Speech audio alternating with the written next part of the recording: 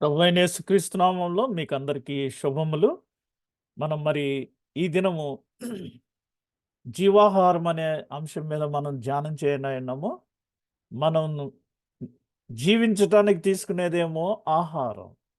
కానీ జీవాన్నిచ్చే ఆహారం అందుకనే దాంట్లో ముందు జీవ అని ఉంది. అంటే జీవించే ఆధ్యాత్మిక ఆహారం అన్నమాట ఇది. అందుకని దానికి సంబంధించిన వివరాలు మనం ఈ దినం మరి ధ్యానించాలని నేను ఆశించి మీకు ఈ టాపిక్ చెప్తున్నాను. సియోను కొండ మీద మరి దేవుడు తన నిబంధన జనులైన ఇశ్రాయేలుకు అనగా ఆయన నిబంధన చేసిన జనులు ఇశ్రాయేలీలు. వారికి మోషే ద్వారా తన ధర్మశాస్త్రమును అందించెను. సి సియోన్ అంటే ఇది సీనాయి కొండ మీద అందించారు యాక్చువల్‌గా. ఆహ్, ఇశ్రాయేలుకు మరి తను ఏర్పరచుకున్న ప్రవక్తలకు తన వాక్కులను వినిపించగా అనగా ఆయా సమయంలో హెబ్రీ పత్రిక మొట్టమొదటి అధ్యాయంలో వచనమే ఆయా సమయములలో ఆయా ప్రవక్తలను ఇవన్నీ చెప్పి వారి జీవితంలో ఈ వాగ్దానాలుగా ప్రవచనములు అవ్వగా ఇశ్రాయేలీలందరూ కూడా ఈయనే మా దేవుడు అని దేవుని యందు చాలా చక్కగా విశ్వసించి ఉన్నారు. అయితే కాలక్రమేణా కాలానుగుణంగా క్రీస్తు జన్మం వరకు దేవుడు అనుగ్రహించిన ప్రతి వాగ్దానము, ప్రవచనము వారి జీవితంలో నెరవేర్చబడగా లోకంలో నిజమైన దేవుడు యెహోవాయే అని విశ్వవ్యాప్తంగా చెదిరిపోయిన యూదులు ప్రకటించుచు ఆరాధించిరి. ఎందుకనగా మరి యేసు ప్రభు మెస్సే వస్తాడు, ప్రజలను వారి పాపాల నుంచి ఆయన రక్షిస్తాడు. ఇవన్నీ కూడా యెషయా గ్రంథంలో మీకా, జకర్యా వీటన్నిటిలో వ్రాయబడి ఉన్న ఆ ప్రవచనాలన్నీ నెరవేరినవి. ఆశీర్వాదాలన్నీ పొందుకున్నారు. అందుమూలన వారు మరి ఆయనను ప్రకటించుచు ఆరాధించిరి. ఇక్కడ యేసు జన్మం వచ్చేటప్పటికి ఆయన ఆరోహణం వరకు యేసు ఈ లోకంలోనికి వచ్చి మరి మన కొరకు తన శిష్యులతో 3.5 సంవత్సరములు పనిచేసి పరిచర్య చేసి ఆ తర్వాత మరి యూదులు ఆయనను సిలువ వేసి ఈయన దేవదోషం చేస్తున్నాడు ఇవన్నీ చెప్పి సిలువ వేసి ఆయన్ని మరి సిలువ మీద మరణించినప్పుడు సమాధి చేయబడి తిరిగి పునరుద్ధానుడై లేచాడు. లేచిన తరువాత ఆయన 40 దినాలు మరి భూమి మీద అనేక మందికి తాను లేచి ఉన్నాడని వారికి తెలియటానికి కనిపించి శిష్యులకు మరి చివరి హెచ్చరికలు చేసి 40 రోజుల తర్వాత ఆయన ఆరోహణమై పరలోకానికి వెళ్ళి ఉన్నారు. అది మనం రేపు 10వ తేదీ ఆరోహణంగా మరి ఆచరించనున్నాము. అనగా ఈ మన సంఘ పంచాంగం ప్రకారంగా 31వ తేదీ మార్చి పునరుద్ధాన దినమైతే అక్కడి నుంచి 40 దినాలు లెక్కపెట్టినప్పుడు మనకి మే 10వ తేదీ ఆ యొక్క ఆరోహణ దినంగా మనకి పరిగణించవచ్చు. మరి ఆయన ఆరోహణమవుతూ శిష్యులకు ఒక గొప్ప ఆజ్ఞ ఇచ్చి ఉన్నారు. మీరు సర్వలోకమునకు వెళ్ళి నేను మీకు ఏ సంగతులు బోధించానో అవి ఈ లోకానికి తెలియజేసి వారిని నా శిష్యులుగా చేయండి అని చెప్పారు. ఓన్లీ బాప్తిస్మ ఇచ్చేయటమే కాదు, బాప్తిస్మ ఇచ్చి వారిని నా శిష్యులుగా చేయండి అని చెప్పారు. కాబట్టి అక్కడ యూదీయ క్రైస్తవులు అంటే మొదటి శతాబ్దంలో యూదుల నుంచి కన్వర్ట్ అయిన క్రైస్తవులు, అన్య క్రైస్తవులు అది. ఇప్పుడు మనకి మేము కాన్వర్ట్స్ మండి అని చెప్పుకుంటారు. ఒకప్పుడు ఎవ్వరు కూడా ఒరిజినల్ క్రిస్టియన్లు లేరు. అందరూ కూడా కన్వర్ట్స్ అయినోళ్ళే. ఇక్కడ యూదుల నుంచి క్రైస్తవులయ్యారు మొదటి శతాబ్దంలో. గ్రీసు దేశం అయన్నీ అన్యులు కూడా అక్కడి నుంచి మరి క్రైస్తవులయ్యారు. ఆ విధంగా వారు విశ్వసించారు. కానీ పాలస్తీనాలోని యూదులు, చెదిరిపోయిన యూదులు మాత్రం వారు విశ్వసించలేదు. ఇప్పుడు మనం హోలీ ల్యాండ్ దర్శిస్తే అక్కడున్న యూదులు యేసుప్రభు ఇక్కడే పుట్టాడంటండి. ఇక్కడే ఆయన చనిపోయాడు, ఇక్కడే ఆయన తిరిగి లేచాడంట అంట అని చెప్తారు కానీ వారు నమ్మరు. ఎందుకంటే వారు తల వంచని, మెడ వంచని జనాంగం. స్టిఫ్ నెక్ అంటారు కదా! అలాగా వారు మెడ వంచని జనాంగంగా మరి విశ్వసించలేదు.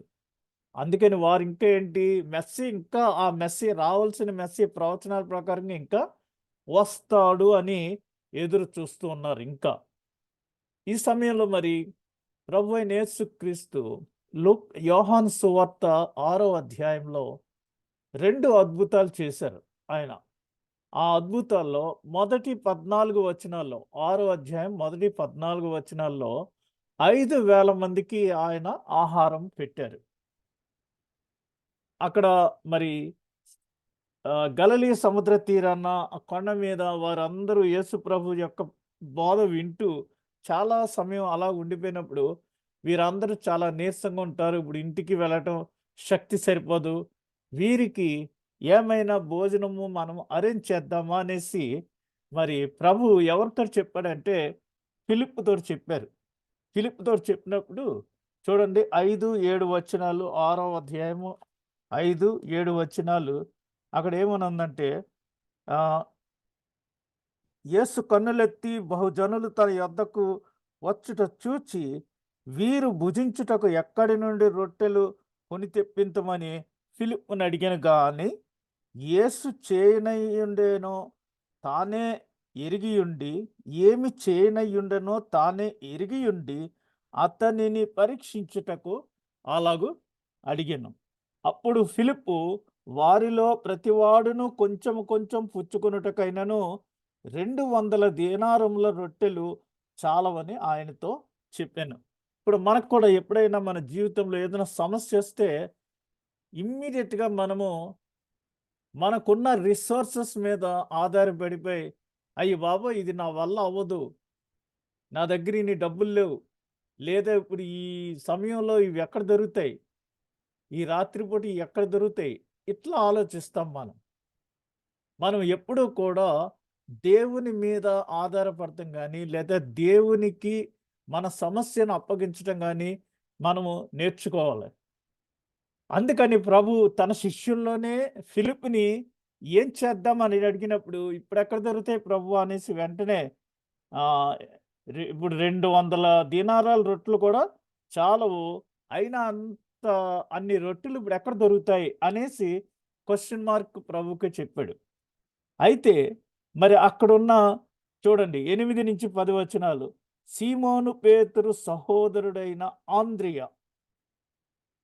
అక్కడ మీరు గమనిస్తే యేసు ఎందుకు వారిని ప్రశ్నించాడని చూస్తే వారిని పరీక్షించడానికి ఆయన ప్రశ్నించాడు. అప్పుడు ఆంద్రియ ఏమంటున్నాడు? అక్కడున్న వాళ్ళేమో 5,000 మంది. కానీ ఆంద్రియ ఏమంటున్నాడు?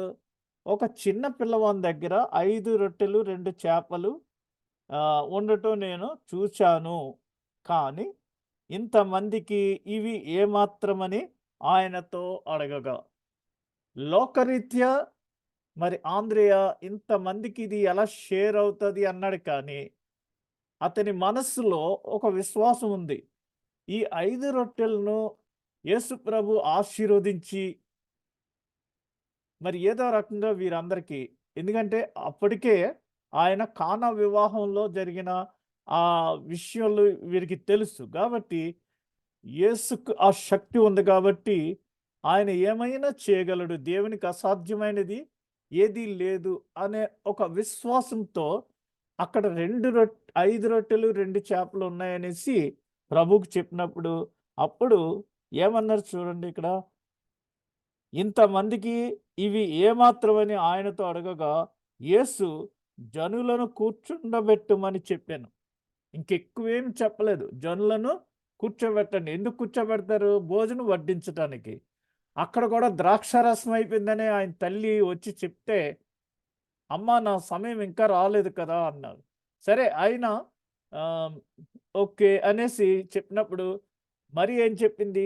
ఆయనేం చెప్తే అది చేయండి అనేసి అక్కడ పనోళ్ళకి చెప్పేసి ఎళ్తే, అప్పుడు యేసు ప్రభు ఆ బానలన్నీ నీళ్ళతో నింపేయండి అన్నాడు. నింపేయండి అనగా నింపేశారు. ఓకే. ఇప్పుడు తీసుకెళ్ళి వడ్డించండి అన్నారు. అంతే. ఇక్కడ కూడా వారిని కూర్చుండబెట్టమని చెప్పెను. అక్కడ ఇంచుమించు 5,000 మంది పురుషులు ఉండిరి.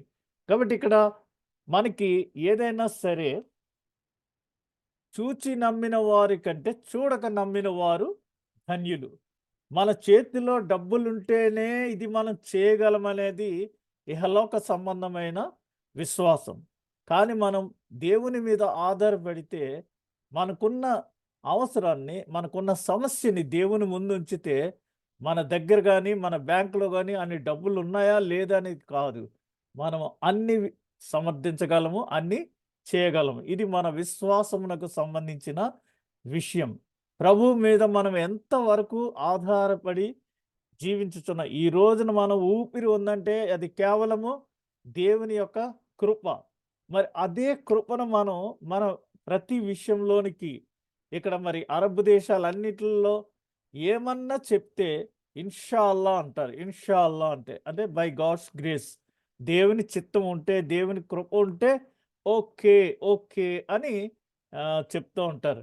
ఆ విధంగా మరి ఇక్కడ ప్రభు 5,000 మందికి ఆహారం పెట్టారు. ఇది ఆయన చేసిన ఒక సూచక క్రియ. తదుపరి ఇంకా మరి 12 గంపలు కూడా ఎత్తారు. ఇంకొక విషయం ఏంటంటే 15వ వచనాలు దాటిన తర్వాత 16-21 వచనం చూస్తే మరి అక్కడ తుఫాను, గాలి వస్తున్నప్పుడు ఆ తుఫానుని అణిచి ఆయన ఊరకబెట్టి మరి సముద్రం మీద ఆయన నడిచాడు. సరే పేతురు నేను కూడా రావచ్చా ప్రభువా? నేను కూడా నడవచ్చా అంటే మరి పేతురు కూడా వచ్చాడు. అయితే అయ్యో! నేను నీటి మీద నడుస్తున్నానే అని చూసి భయపడ్డాడు. ఇక్కడ మరి ఆ సముద్రం మీద ఆయన నడవటం అనేది మరొక మరి సూచక క్రియ. ఇవన్నీ చేసిన తర్వాత ఆయన కపెర్నహూములో అక్కడ అద్దరిలో ఉన్న కపెర్నహూములో మరి సమాజ మందిరంలో బోధిస్తున్నారు ఆయన ఈ కొన్ని విషయాలు. ఏంటి అంటే మరి యేసు ప్రభు చనిపోవక మునుపు పస్కా విందు అదే లాస్ట్ సప్పర్ అని చెప్తూ ఉంటాం మనం. ప్రభురాత్రి భోజనం అని చెప్తున్నాము.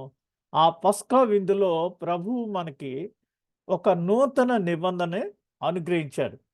దాని విషయమై ఆయన ఇప్పుడు ప్రజలకు అర్థం చేసుకుంటానికి మరి వారు తెలుసుకోవాలనేసి ఈ సమాజ మందిరం అంటే అదొక చర్చ్ లాంటిది. యూదులకు సమాజ మందిరం అంటారు. గ్యాదరింగ్ ప్లేస్ అనమాట. ఈ సమాజ మందిరంలో యేసు నిలవబడి ఏం చెప్తున్నారంటే, మీరు సూచనలను చూచుట వలన కాదు గాని రొట్టెలు భుజించి తృప్తి పొందుట వలననే నన్ను వెదకుచున్నారని మీతో నిశ్చయముగా చెప్పుచున్నాం. ఈ రోజున ఏమన్నా మీటింగ్ పెడితే ఈటింగ్ ఉంటేనే వస్తారు మీటింగ్‌కి. ఇక్కడ ప్రభువు కూడా చెప్పింది అదే. రొట్టెలు భుజించి తృప్తి పొందటం వలననే నన్ను వెదకుచున్నారు. యేసు ప్రభుని వెంబడించిన వాళ్ళందరూ కూడా ఏంటంటే, ఆయన స్వస్థత కార్యాలు చేస్తున్నాడు అని కొంతమంది. వాళ్ళకేమైనా ప్రాబ్లమ్ ఉంటే డాక్టర్స్ దగ్గరికి వెళ్ళక్కర్లేకుండా ఆయన దగ్గరికెళ్తే పని అయిపోద్దని. కొంతమందేమో మరి ఆయన బోధ వినటానికి కొంతమంది వస్తున్నారు. కొంతమందేమో ఫుడ్ దొరుకుతది. ఆయన కూడా ఉంటే ఫుడ్‌కేమి లోటు లేదు అనేసి కొంతమంది వస్తున్నారు. ఆ విధంగా కొంతమంది ఎప్పుడు హిందూ దేవాలయాల చుట్టూ తిరుగుతూనే ఉంటారు ఎప్పుడు. ఎందుకని? అక్కడ ప్రసాదం దొరుకుతదని దాంతో కడుపు నింపేసుకోవచ్చని కొంతమంది మన భారతదేశంలో అలాగా తిరుగుతూ ఉంటారు. ఆ విధంగా మరి రొట్టెలు భుజించి తృప్తి పొందుట వలననే నన్ను వెతకుచున్నారని మీతో నిశ్చయముగా చెప్పుచున్నాను. క్షయమైన ఆహారము కొరకు కష్టపడుకుడి కానీ నిత్య జీవము కలుగజేయు అక్షయమైన ఆహారము కొరకే కష్టపడుడి. క్షయమైన ఆహారం ఈ లోకంలో మనం జీవించాలంటే మరి మనకి ఆహారం కావాలి. స్టాండర్డ్‌గా మనకొక డైలాగ్ ఉంది హిందీలో. రోటీ, కపడా ఔర్ మకాన్. తినటానికి తిండి, కట్టుకుంటానికి బట్ట, నివసించటానికి గృహం. ఈ 3 ఉండాలి ప్రైమరీగా అనేసి చెప్తున్నారు. మరి జీవించటానికి ఇహలోక సంబంధమైన ఆహారం కొరకు ఎక్కువగా కష్టపడకండి. కానీ నిత్య జీవము కలుగజేయు అక్షయమైన ఆహారం కొరకే కష్టపడి మనం ఈ లోకంలో ఈ ఆహారం కొరకు కష్టపడుతూ ఉంటాం కానీ నిత్య జీవం కలుగజేసే అక్షయమైన ఆహారం కొరకు మనము ఎక్కువ ఆలోచించము. కాబట్టి మనుష్య కుమారుడు దానిని మీకిచ్చును. ఇందుకు తండ్రి అయిన దేవుడు ఆయనకు ముద్ర వేసి ఉన్నాడని చెప్పాను. మనము ఏదైనా చెప్పేటప్పుడు ఒక్కొక్కసారి మరి ఈ ఆమోద ముద్ర వేస్తారా అని అంటూ ఉంటాం. ఆమోద ముద్ర అంటే యాక్సెప్టెన్స్ అనమాట. కొంతమంది పిలాతు మరి అధికార ముద్ర పిలాతు ముద్రేసి, ఆ స్టాంపేసి ఇచ్చినప్పుడు వారు ఆ సిలువ ఇది అమలు చేశారు. కాబట్టి ఆమోద ముద్ర అనమాట. ఆయనకు ముద్ర వేసి ఉన్నాడని మరి చెప్పెను. ఇప్పుడు మనం చూస్తే నెక్స్ట్ యోహాను సువార్త 6వ అధ్యాయము 49వ వచనం చూస్తే, మీ పితరులు అరణ్యములో మన్నాను తినినను చనిపోయిరి. ఇది చాలా భారమైన వచనం. ఎందుకంటే తన వాగ్దాన జనమైనటువంటి ఇశ్రాయేలీయుల్ని ఆయన మరి ఐగుప్తులో వారు బానిసత్వంలో ఉన్నప్పుడు ఆయన విడిపించి, ఆ రోజు వారితో వాగ్దానం చేసి, నిబంధన చేసి, ఆ నిబంధనను ధర్మశాస్త్రంగా సీనాయి కొండ దగ్గర వారికి ఇచ్చారు. ఆ సీనాయి కొండ దగ్గరికి రాకమునుపు వారు ఎర్ర సముద్రం గుండా ప్రయాణం చేశారు. అనగా మాస్ బాప్టిజం. ఒకేసారి అందరికీ ఒక ఇది దాన్నేమంటారు? గ్రూప్ మ్యారేజ్ అంటారు కదా! ఒక్కోసారి 50 మంది, 100 మందిని కూర్చోబెట్టి ఒక్కసారే పెళ్లి చేస్తుంటారు. అట్లాగా ఇక్కడ ఇశ్రాయేలీయులు ఎంతమంది వస్తున్నారో వారందరూ కూడా ఒకేసారి ఎర్ర సముద్రంలో దాటి రావటం అనేది నీటి బాప్తిస్మానికి సాదృశ్యంగా ఉంది. వారు వచ్చిన తర్వాత మరి ఈ సీనాయి కొండ దగ్గర వారు మొట్టమొదటిగా అక్కడ వారికి దేవుడు నిబంధనను అనుగ్రహించి ఉన్నాడు. అదే 10 ఆజ్ఞలు రాతి పలకల మీద వ్రాసి ఇచ్చినాయి. అక్కడి నుంచి వారు మరి 40 సంవత్సరాలు ప్రయాణం చేసి వారికి వాగ్దానం చేయబడిన దేశానికి చేరుకున్నారు. ఈ యాత్ర అంతా కూడా అరణ్య యాత్ర అని మనం చెప్తూ ఉంటాం. ఈ అరణ్య యాత్ర చేసేటప్పుడు వారికి మరి రోజు మన్నాని కురిపించి వారిని పోషించారు. ఈ మన్నా తినిన జనం అందరూ కూడా చనిపోతూ వచ్చారు. కొంతమంది చివరికి మరి పాలు తేనెలు ప్రవహించే దేశంలోనికి ప్రవేశించారు. ఈ మన్నాను తినినను మీ పితరులు చనిపోయిరి. అయితే దీనిని తినువాడు చావకుండునట్లు పరలోకము నుండి దిగి వచ్చిన ఆహారము ఇదే. మనం ట్రైన్లో వెళ్తున్నప్పుడు మరి మనకి అక్కడ ఆహారం డిస్ట్రిబ్యూట్ చేస్తూ ఉంటారు. అలాగే మనం చర్చికి వెళ్ళినప్పుడు మనకి ప్రభురాత్రి భోజన సంస్కారం అని అక్కడ కూడా మనకి మరి ఆ భోజనం ఇస్తున్నారు. ఆ భోజనానికి ఈ భోజనానికి మరి ఏంటి డిఫరెన్స్ అంటే, ఇది దేవుడు స్వయంగా మరి పరలోకం నుండి దిగివచ్చిన ఆహారం ఇదే అని ఆయన తెలియజేస్తున్నాడు. పరలోకము నుండి దిగి వచ్చిన జీవాహారమును నేనే. 31, 32, 41, 50, 58 వచనాల్లో ఇది క్లియర్‌గా చెప్పబడి ఉంది. క్లియర్‌గా వ్రాయబడి ఉన్నది. నేను ఎవరైతే ఈ జీవాహారాన్ని తింటారో అంత్య దినమున నేను వానిని లేపుదును. 39, 40, 44 వచనాలు. అనగా మన అండర్‌స్టాండింగ్‌కి మనం ఏమనుకుంటున్నామంటే, ఇక చనిపోతే అయిపోయింది మన పని. క్లోజ్. మన శరీరం కుళ్ళి పట్టేస్తది. కొంతకాలం అయ్యేటటికి అక్కడ ఎముకలుంటాయి. తర్వాత ఒక సంవత్సరం జ్ఞాపకార్థ కూటం పెడతారు. అది చేస్తారు, ఇది చేస్తారు. దాన ధర్మాలు చేస్తారు. అక్కడితోటి చాప్టర్ క్లోజ్ అనని మన అవగాహన. అయితే మరి ప్రభువు ఏం చెప్తున్నారంటే, మరణం అనేది క్రైస్తవునికి ఒక ప్రమోషన్ లాంటిది. ప్రమోషన్ అనమాట. అనగా ఇక్కడి నుంచి వేరే చోటకి ప్రమోషన్ కింద వెళ్తున్నారు. క్రీస్తునందు నిద్రించుచున్నారు అని చెప్తారు. It is a long sleep. Operation చేసేటప్పుడైతే ఒక 3 గంటలు, 4 గంటలు ఎనస్థీషియా ఇచ్చి మనకి ఏమీ నొప్పి లేకుండా వారు చేస్తుంటారు. మనం రోజు మామూలుగా అయితే 8 గంటలు, 10 గంటలు నిద్రపోవచ్చు. అయితే ప్రభువు చెప్పిందేంటంటే, మరణం అనేది లాంగ్ స్లీప్. ఎప్పటి వరకు? ఆయన తిరిగి వచ్చు పర్యంతము.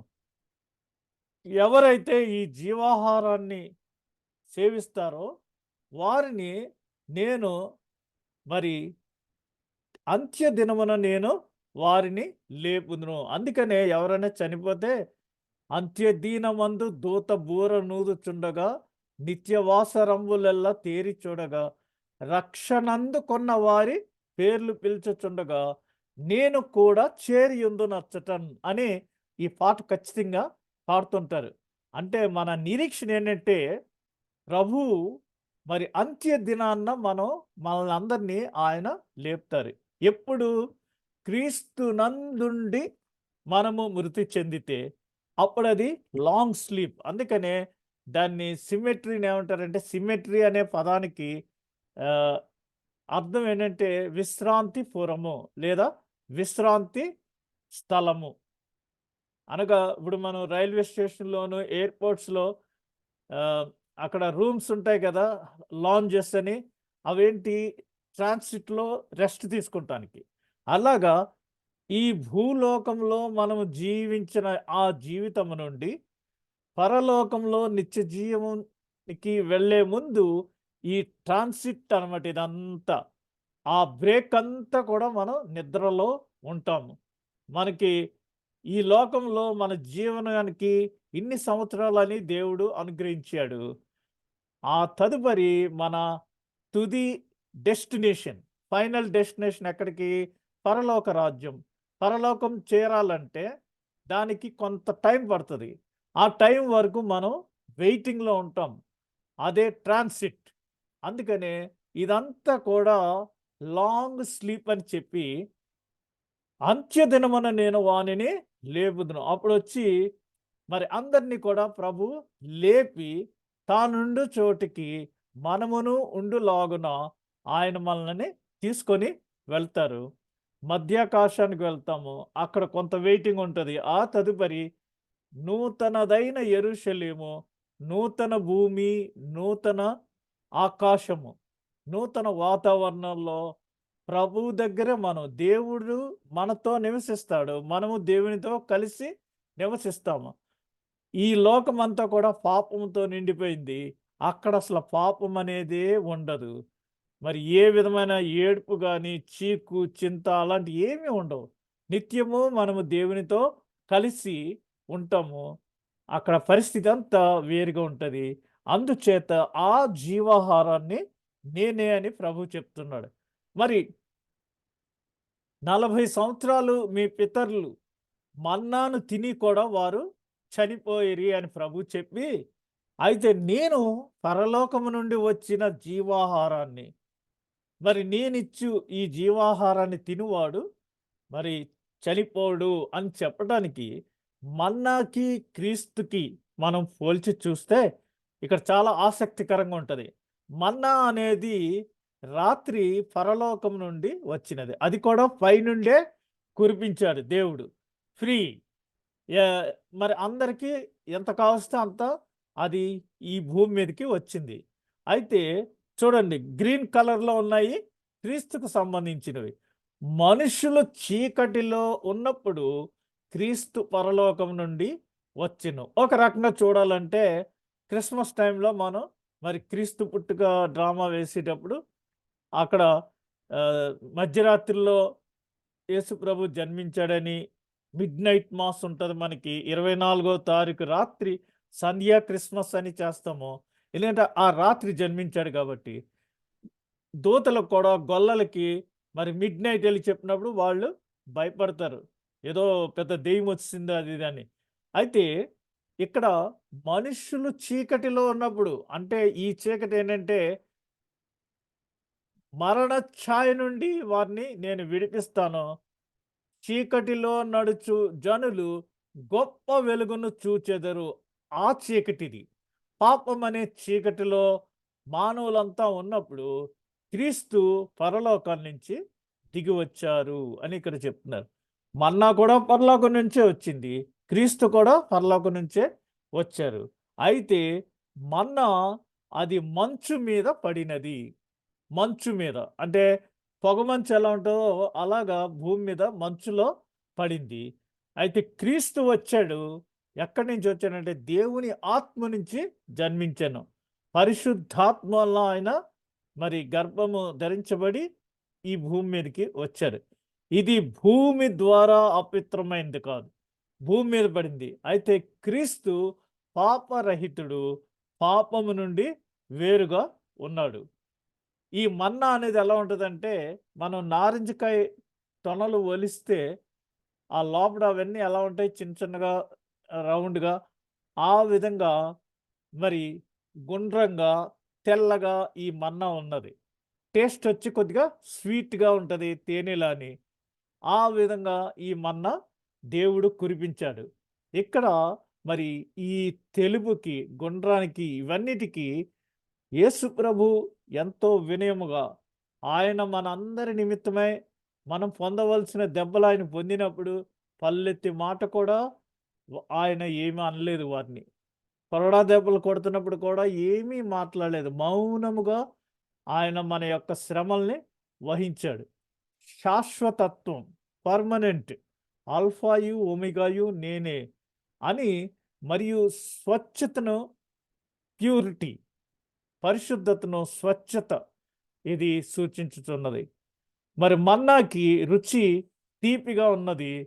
మరి తనను విశ్వసించే వారికి క్రీస్తు మధురంగా ఉంటాడు. ఎవరైతే క్రీస్తును విశ్వసిస్తారో వారి ఆ మధురాన్ని మరి ఆస్వాదించగలరు. అందుకనే క్రీస్తు పరిచర్యలో ఉన్నవారు పొందే ఆ మాధుర్యం మిగిలిన వారికి తెలీదు. అది అనుభవిస్తేనే గాని తెలీదు. ఎన్నో కష్టాలు ఎలాగున్నా సరే అందులో ఎంతో చక్కటి మాధుర్యం పొందగలం. అందుకనే మరి చక్కటి పాటుంది. మధుర మధుర మధుర సేవ యేసు ప్రభు సేవ, మధుర మధుర మధురం మధురం అని చక్కగా యేసు ప్రభు యొక్క పరిచర్యలో ఉన్న మాధుర్యాన్ని ఆ భక్తుడు చక్కగా ఒక పాట ద్వారా వ్రాసి ఉన్నాడు. ఈ మాధుర్యం ఎప్పుడు మనం ఎంజాయ్ చేయగలమంటే, మరి నిజముగా మనము కమిటెడ్‌గా దేవుని పరిచర్యలో ఉన్నప్పుడు ఆ యొక్క మాధుర్యాన్ని, ఆ స్వీట్‌నెస్‌ని మనము ఎంజాయ్ చేయగలం. దానిని తీసుకొని మరి వారు తినారు. వారు తీసుకొని తిన్నారు. ఇది మన్నాని కలెక్ట్ చేసుకొని వారు మరి తిన్నట్టుగా మనకి తెలియజేయబడుతుంది. ఇక్కడ ప్రభునందు విశ్వాసము ద్వారా క్రీస్తును అంగీకరించి మరియు అంగీకరించవలెను. స్వీకరించి అంగీకరించవలెను. రక్షకునిగా స్వీకరించి ఆయనను అంగీకరించవలెను. అక్కడ మన్నాని తీసుకొని వారు మరి తిన్నారు. అందుకనే యోహాను సువార్త మొదటి అధ్యాయము 12, 13 వచనాల్లో తన్ను ఎందరు అంగీకరించిరో వారికందరికీ, అనగా తన నామమునందు విశ్వాసముంచిన వారికి దేవుని పిల్లలగుటకు ఆయన అధికారము ఇచ్చెను, అనుగ్రహించెను. అంటే దేవుని పిల్లలంటే చాలామంది ఇప్పుడు ఎవరికి తెలియనోళ్ళకి చెప్తే హిందువులకి మీరు దేవుడి పిల్లలు ఎలాగ అవుతారు? మీరేమైనా దేవుడికి పుట్టారా అని ఇలాంటి వితండవాదాలు చేస్తుంటారు. అందుకని అక్కడ ఏం చెప్తున్నారంటే ప్రభు, వారు దేవుని వలన పుట్టిన వారే గాని రక్తము వలనైనను, శరీరేచ్ఛ వలనైనను, మనుష్యేచ్ఛ వలనైనను పుట్టినవారు కారు. It is not biological. Spiritually we are children of God. అంతేగాని పిల్లలు అన్నప్పుడు మరి అలాగా ఇలాగాన. అందుకనే ఎవరిని పడితే వాళ్ళు తండ్రి అని పిలవకండి మరి. అక్కడ కూడా అదే ప్రాబ్లమ్ వస్తది. అందుకని ఇక్కడ ప్రభువు చాలా క్లియర్‌గా చెప్పారు. వారు దేవుని వలన పుట్టిన వారే గాని రక్తము వలనైనను, అనగా వి ఆర్ నాట్ బయలాజికల్లీ. తర్వాత ఇది ఉచిత బహుమతిగా వచ్చినది. ఏది? మన్నా. మన్నా పరలోకం నుండి ఉచిత బహుమతిగా వచ్చినది. క్రీస్తు ప్రపంచమునకు దేవుడు ఇచ్చిన ఉచిత బహుమతి. క్రిస్మస్ సమయంలో మనం ఏం చెప్తా ఉంటాం? మనమెవరూ నశించిపోవడం దేవునికి ఇష్టము కాదు కాబట్టి, దేవుడు మనలను జ్ఞాపకం చేసుకొని, మనలను ప్రేమించి, ఆయన తన స్వకీయ కుమారుడిని మన కొరకు పంపించారు. సో, దేవుడు మనలను ప్రేమించి ఇచ్చిన కానుకగా, బహుమతిగా మనము కూడా ఇతరులకు మరి బహుమతులు ఇస్తూ ఉంటాం క్రిస్మస్ సమయంలో. ఇందులో శాంతా క్లాస్ గిఫ్ట్స్ చాలా ఎక్కువ ప్రాముఖ్యమైంది. కాబట్టి దేవుడు లోకంని ఎంతో ప్రేమించాడు. ఎంతగా ప్రేమించాడంటే, ఆయన తన స్వకీయ కుమారుడిని మన కొరకు బహుమానంగా ఇచ్చారు. ఆయన వల్ల మనం మరి రక్షణలోనికి వచ్చి ఉన్నాం. అందరికీ తగినంత అక్కడ కురిపించారు. ఏది? మన్నా. క్రీస్తు అందరికీ ప్రభు. చాలా చర్చ్ క్యాంపస్ గోడల్లో మీద వ్రాసుంటది. యేసుక్రీస్తు అందరికీ ప్రభువు అని. క్యాష్ ఉన్నవాళ్ళకే కాదు, గొప్పవాళ్ళకే కాదు. కొన్ని కొన్ని మరి గొప్పవాళ్ళకే పరిమితం. కొన్ని టెంపుల్స్ ఉంటే వాళ్ళకే పరిమితం. పేదవాళ్ళు అక్కడికి వెళ్ళే అవకాశం లేదు. కానీ యేసు ప్రభు అలా కాదు. అందరికీ ప్రభు. ముఖ్యంగా కుష్ఠోళ్ళు మెడలో పెద్ద ఫోటో పెట్టుకుని యేసు అందరికీ ప్రభువు అని చెప్తారు. అందరికీ ఆయన మరి ప్రభువు. నీకు నాకు మాత్రమే కాదు, లేదా గొప్పవారికే కాదు, పేదవారికి, అందరికీ, అంటరాని వారికి, అత్యున్నత అగ్ర కులస్తులకి అందరికీ కూడా ఆయన ప్రభువు. మీరు దానిని తీయకపోతే మీరు దానిపై నడిచిరి. మన్నా కురిచింది.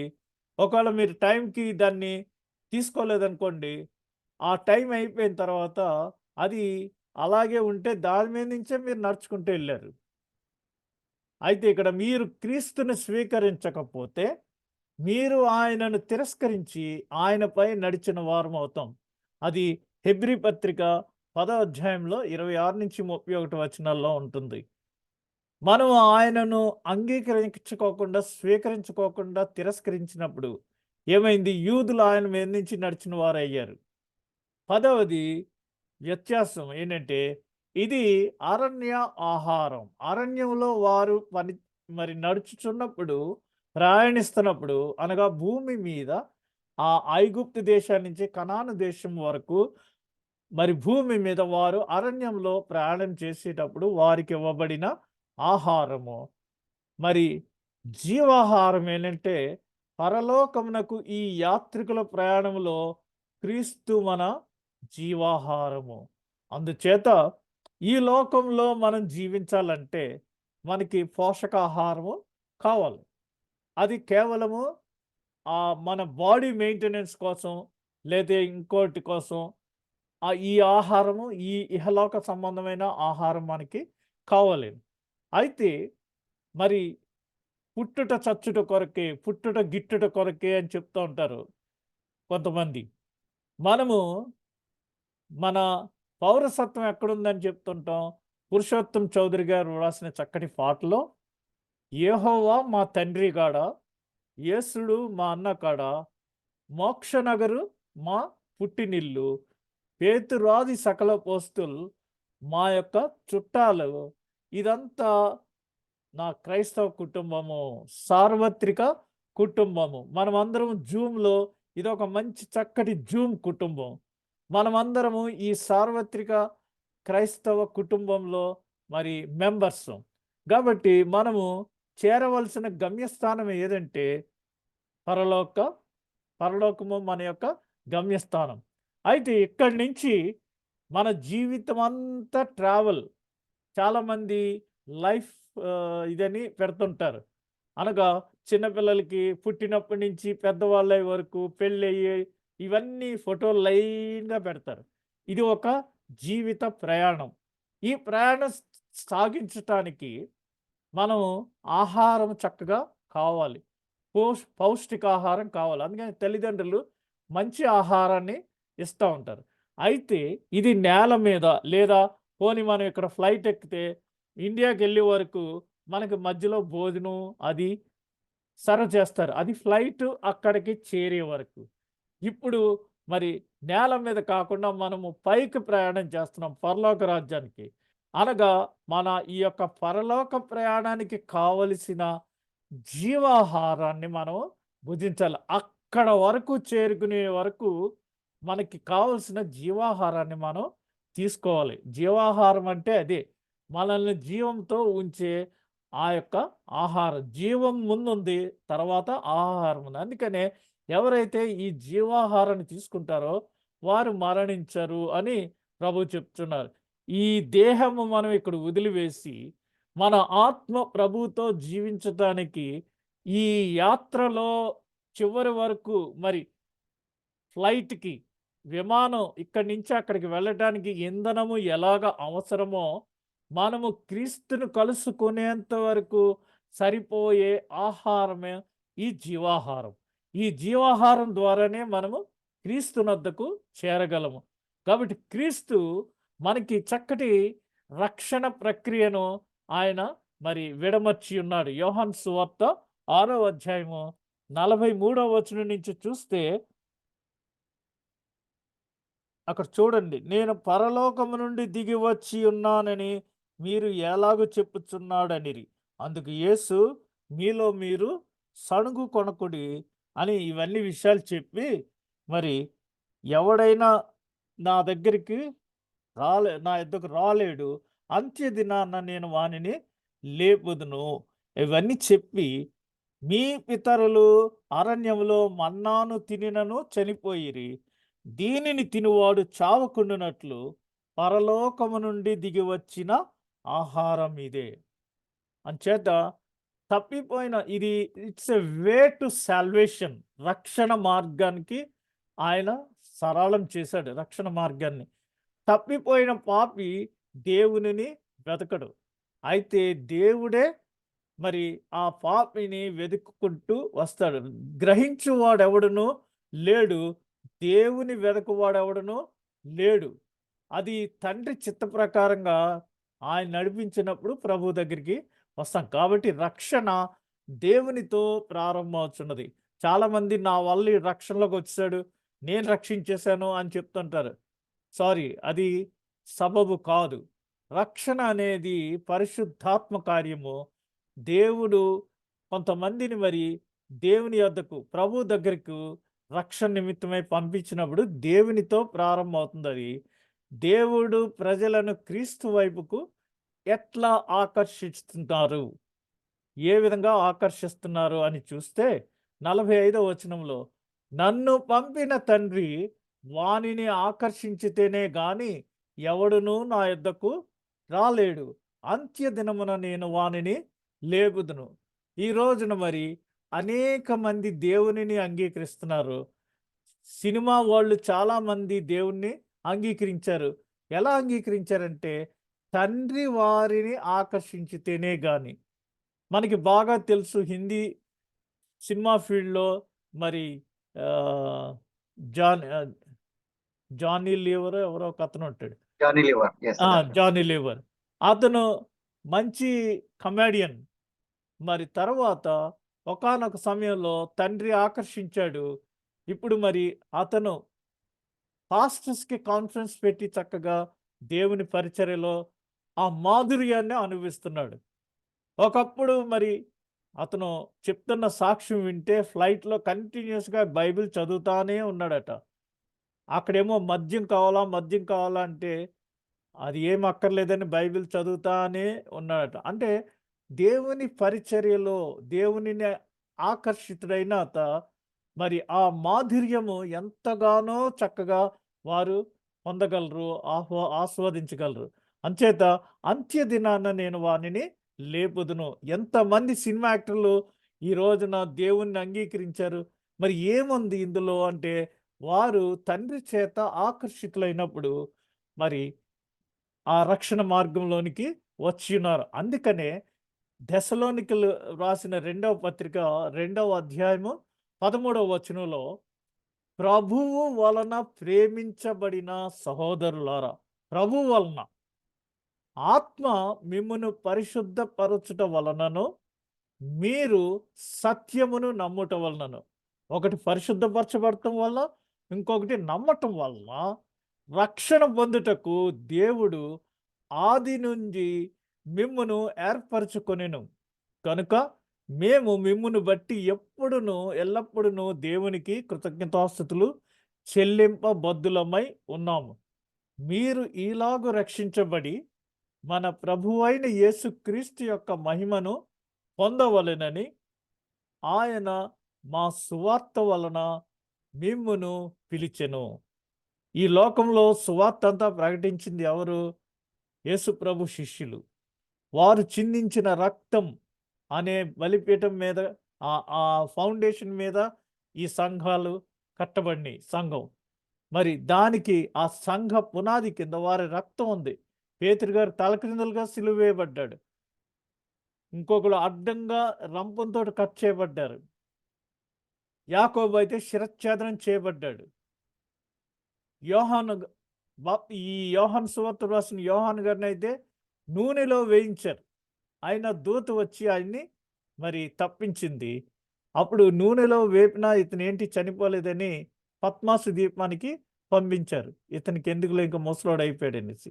ఆ విధంగా మరి అనేక మంది ఈ విధంగా రక్షించబడి దేవుని మహిమను పొందుకుంటున్నారు. ఆయన మా సువార్త వల్ల మిమ్మును పిలిచెను. ఈ రోజున మనం అందించే రేపు ఆరోహణం అయిపోతున్నప్పుడు 10వ తారీఖున యేసు ప్రభు మీరు సువార్త ప్రకటించుడి అని చెప్పే ఆ సువార్త మనము ప్రకటించినప్పుడు దేవుడు ఇతరులను పిలుస్తాడు. అప్పుడు వారిని మనం సంఘంలోనికి నడిపించాలి. కాబట్టి మనకి ఎంత ఆధిక్యత దేవుడిచ్చాడో చూడండి. పరలోకమందు భూలోకమందు ఏ అధికారం ఉందో నాకు ఆ అధికారాలన్నీ నేను మీకు ఇస్తున్నాను. మీరు వెళ్ళి సువార్త ప్రకటించండి, అద్భుతాలు జరుగుతాయనేసి ప్రభు మనకి అధికారం ఇచ్చారు. ఏ సంఘ నాయకులు ఇవ్వక్కర్లేదు మనకి అధికారం. డైరెక్ట్గా హెడ్ క్వార్టర్స్ నుంచి ప్రభు దగ్గర నుంచి మనకి అధికారం వచ్చింది. మనము దేనికి భయపడనక్కర్లేదు. మనకి ఎల్లప్పుడూ బాడీ గార్డ్స్లని పరిశుద్ధాత్మ మనకు కూడా ఉంటాడు. ఈ రోజున ఎవరన్నా మినిస్టర్స్ రాజకీయ నాయకులు వెళ్ళాలంటే బోల్డ్ అంత బాడీ గార్డ్స్ కావాలి. జెడ్ కేటగిరీ ఈ అని మనకు ఏ కేటగిరీ అక్కర్లేదు. పరిశుద్ధాత్మ దేవుడు మనకు నిత్యము తోడుగా ఉంటాడు. రెప్పపాటు కాలంలో మనల్ని అలా ప్రమాదాల నుంచి తప్పించగలడు. మరణకరమైనది తాపకరమైనది మనం ఏది ఒకవేళ త్రాగినను మరణించు. అలానే నాకు ప్రభు ఇలా చెప్పాడని తాగితే అది చనిపోతారు. అలా కాదు. మనం సువార్త ప్రకటించుతున్నప్పుడు మనకి ఏదన్నా ఎదురైనప్పుడు వాటన్నిటి నుంచి తప్పించడానికి మనకి పరిశుద్ధాత్ముడు నిత్యము మనకు తోడుగా ఉన్నాడు. భూ సంబంధమైన రొట్టె తినుట కొంతకాలము జీవితమునకు మన జీవితాన్ని జీవింపజేస్తుంది. 70 సంవత్సరాలు, 80 లేదా 90 ఇంకా అధిక బలం ఉంటే పెద్ద మంచి రొట్టెలు తింటే 100, 110కి జీవించవచ్చు. కానీ ఎప్పటికైనా ఆ వ్యక్తి చివరకు మరణించును. ఎందుకంటే ఈ జీవిత కాలంలో తిన్న ఈ తిండికి మనం అంటాం కదా, మా పితరులు తిన్న తిండికి వాళ్ళకి ఏ విధమైన ఇది లేదు, ఇన్ని సంవత్సరాలు బతికారు అని చెప్తుంటాం మనం. మరి ఇప్పుడు తినే తిండికి ఇన్ని సంవత్సరాలు అని బ్రతుకుతుంటాం. మట్టుకు ఏదైనా సరే ప్రతివారు మరణించవలసిందే. అయితే ఆధ్యాత్మిక రొట్టె అంటే క్రీస్తును పొందుట ఒక శాశ్వత జీవితాన్ని మనకి ఇస్తుంది. అందుకని 51వ వచనం చూడండి. పరలోకము నుండి దిగి వచ్చిన జీవాహారమును నేనే, ఎవడైనను ఈ ఆహారము భుజించితే వాడెల్లప్పుడూ జీవించును. మరియు నేనిచ్చు ఆహారము లోకమునకు జీవము కొరకైన నా శరీరమే అని మీతో నిశ్చయంగా చెప్పుచున్నాను. నేను యేసు క్రీస్తు తన మాంసమును ప్రపంచ జీవితమునకు ఇచ్చేదనని స్పష్టముగా చెప్పాను. మీరు నిత్య జీవం పొందాలంటే, మీరు నాతో ఉండాలంటే నా శరీరాన్ని భుజించాలి, నా రక్తాన్ని మీరు సేవించాలి అని చెప్పినప్పుడు దీనిలో ఉన్న ఆంతర్యం, ఆధ్యాత్మిక అర్థం ఆ యూదులకి అర్థం కాకుండా ఏటితను ఇలా చెప్తున్నాడు, ఇతని రక్తం మేము తాగాలా, ఇతను శరీరం మేము భుజించాలా, మేమేనా రక్త పిశాచులమా లేకపోతే మాంసాహారులు ఇదా అని వారు మరి చాలా కన్‌ఫ్యూజ్ అయ్యి విరుద్ధంగా మాట్లాడారు. ఎందుకంటే మానవ మాంసమును తినుట యూదుల చట్టమునకు విరుద్ధం. కొన్ని కొన్ని ముస్లిమ్స్ ఉంటే పంది మాంసం వారు తినరు. అది వారికి విరుద్ధం. అలాగ యూదులు మానవ మాంసము తినుట యూదుల చట్టమునకు విరుద్ధం. కాబట్టి యూదులు వెంటనే ఈనేటి మోషే దీనికి లేదా ఈ చట్టానికి విరుద్ధంగా మాట్లాడుతున్నాడు. ఈయన మాంసం మేము తినేలా మేమేంటి మాంసభక్షకులమా అని ఆయన మీద తిరుగుబాటు చేశారు. అప్పుడు 52వ వచనంలో యూదులు ఈయన తన శరీరమును ఎలాగు తిననీయగలడని ఒకనితో ఒకడు వాదించారు. నికోదేము ఆయన కూడా ఒక డౌట్ మాస్టర్ కదా! ఆయన భౌతికమును, ఆధ్యాత్మికతో గందరగోళపరచెను. తిరిగి జన్మించాలి బాబు అంటే, ఈ వయసులో నేను తల్లి గర్భంలోకి మరలా ఎలాగ దూరగలను అని డౌట్ అడిగిన ఆ పెద్ద మనిషి భౌతికాన్ని, ఆధ్యాత్మికతో కలిపి గందరగోళపరిచేసాడు. ఇక్కడ చూస్తే మనం యోహాను రాసిన సువార్తలో 6వ అధ్యాయం 53వ వచనంలో కావున యేసు ఇట్లనెను మీరు మనుష్య కుమారుని శరీరము తిని ఆయన రక్తము త్రాగితేనే గాని మీలో మీరు జీవము కలవారు కారు. పేరుకి మనం జీవిస్తూ ఉంటాం కానీ ఆధ్యాత్మికంగా మనం చచ్చిన వారంతో సమానం.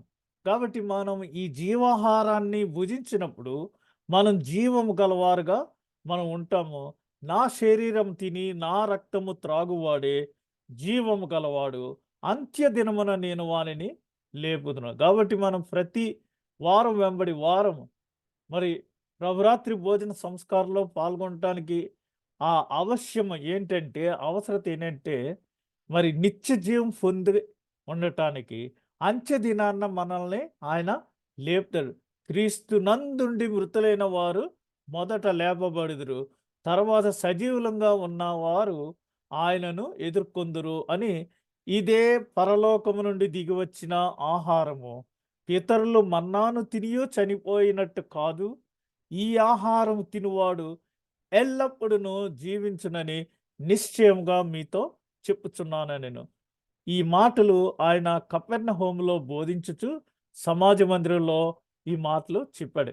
క్రైస్తవ జీవితానికి ముఖ్యంగా కావలసిన 5 అంశాలు మనం బాగుగా అర్థం చేసుకోవాలి. నంబర్ 1 ఏంటంటే ప్రభువు నేర్పిన ప్రార్థన. మనం ప్రార్థన ఏ విధంగా చేయాలి? ప్రార్థనలో ఎన్ని విన్నపాలు ఉన్నాయి. మా అనుదిన ఆహారము నేడు మాకు దయచేయము. Give us our daily bread. ఈ శరీరాన్ని పోషించుకోవటానికి అడుగుతున్నాం. మరి ఇంకా చాలా చాలా అన్నీ చెప్తున్నాం. చెప్పి మమ్మను శోధనలోనికి తీసుకురావద్దు, తప్పించు అని చెప్తున్నాం. ఎందుకని సైతాను పెట్టే శోధనలో మనం పడుకోకుండా. అది ప్రభు ప్రార్థన.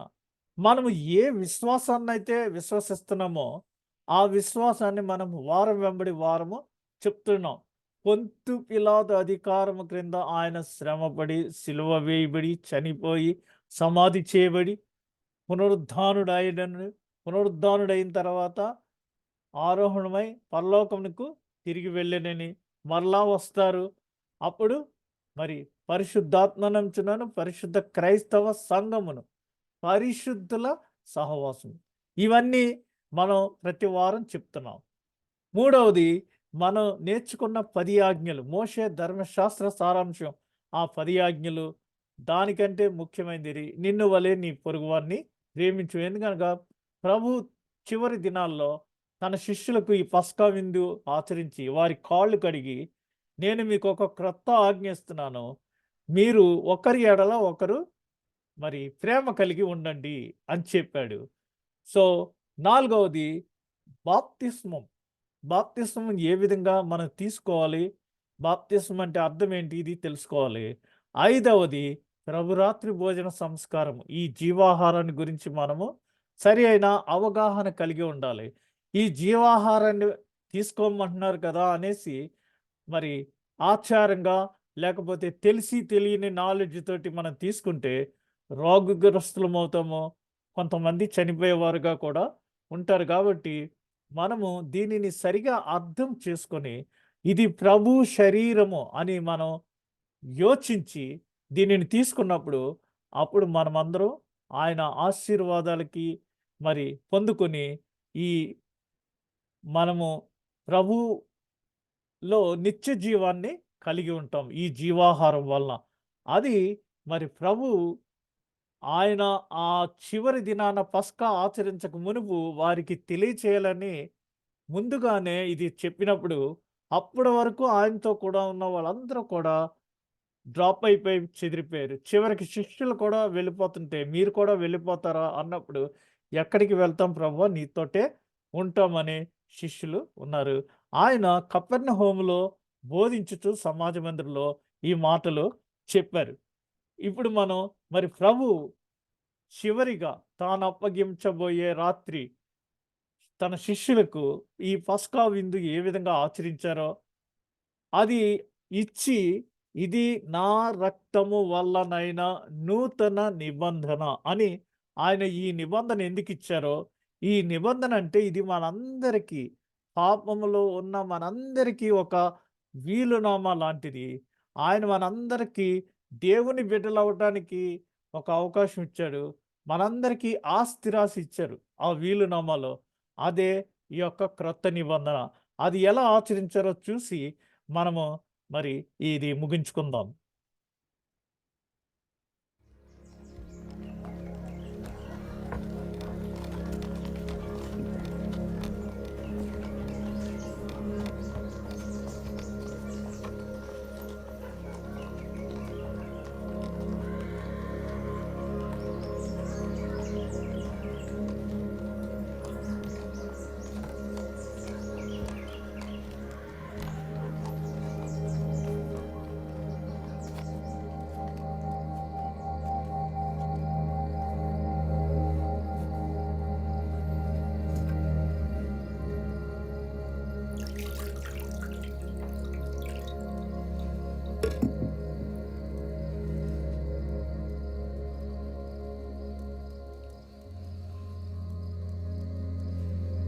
Take this and divide it among yourselves. For I say unto you, I will not drink of the fruit of the vine till the kingdom of God shall come.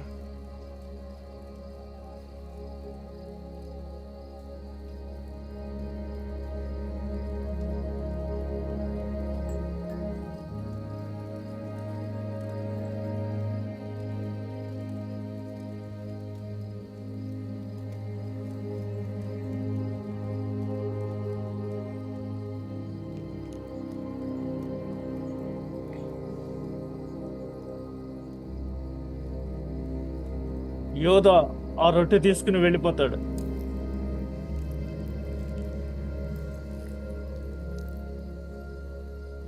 That thou doest, do quickly.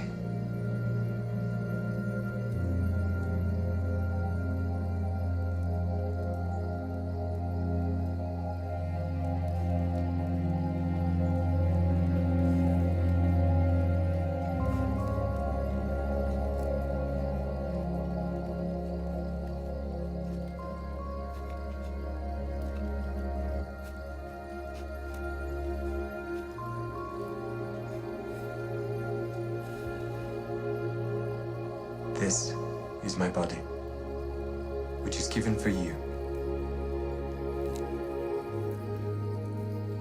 This do in remembrance of me.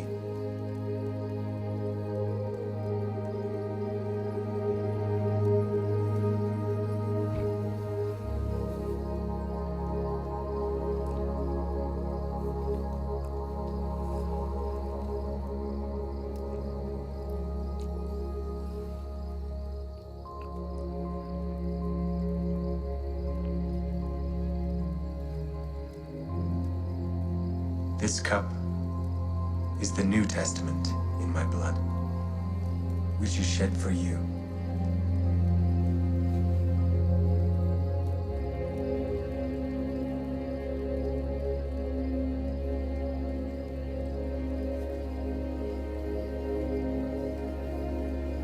Little children, yet a little while I am with you.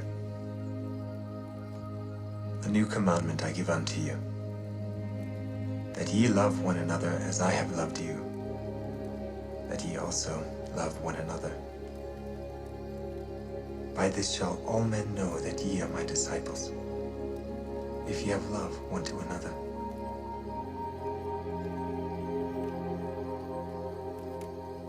Peace I leave with you. My peace I give unto you. Not as the world giveth, give I unto you. Let not your heart be troubled, neither let it be afraid. I came forth from the Father, and am come into the world. Again I leave the world and go to the Father. Behold, the hour cometh. Yea, and now is, that ye shall be scattered, every man to his own, and shall leave me alone. And yet I am not alone, because the Father is with me.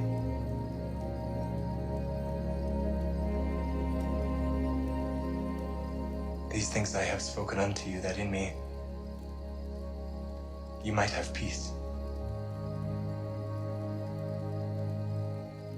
In the world ye shall have tribulation. But be of good cheer.